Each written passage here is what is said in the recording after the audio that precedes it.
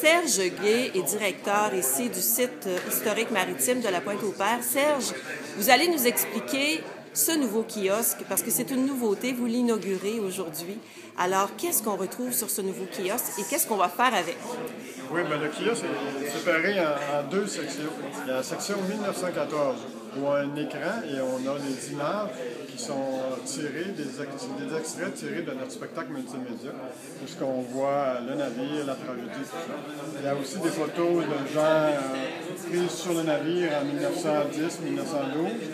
Et de l'autre côté, on a toute la portion 2014 avec des images du site historique, mais aussi des images, des artefacts qu'on expose et des témoignages des gens qui sont des descendants, qui nous expliquent comment ils ont appris cette histoire-là par leur arrière-grand-père ou par leur grand-père qui leur racontait cette histoire-là et qui sont très intéressés par l'histoire de l'Empress et qui veulent venir pour la commémoration en 2014.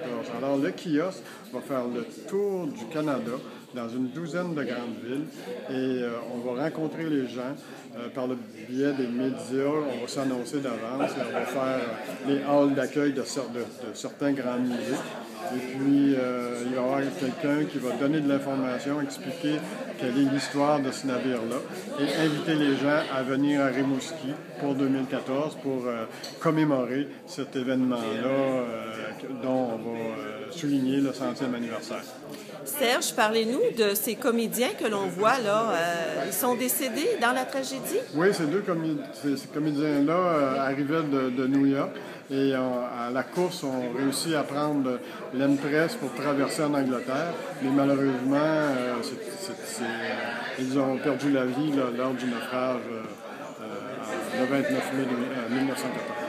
Et puis, on a le fameux capitaine Kendall, là, qui était le capitaine de l'Empress. Le capitaine Kendall, capitaine de l'Empress. En arrière-plan, on a une danse qui s'effectuait presque tous les soirs sur les ponts quand la météo était bonne. Alors, le kiosque est agrémenté de photos d'époque qui présentent certaines scènes de la vie, là.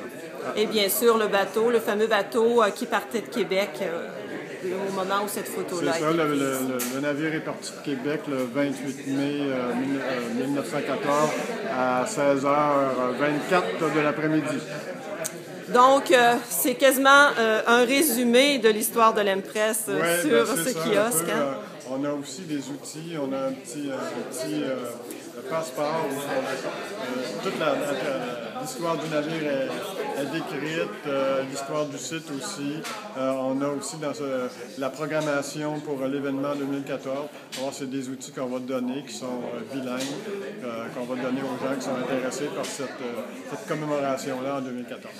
Bon, ben c'est à suivre. Merci beaucoup, Serge Gay. Un plaisir.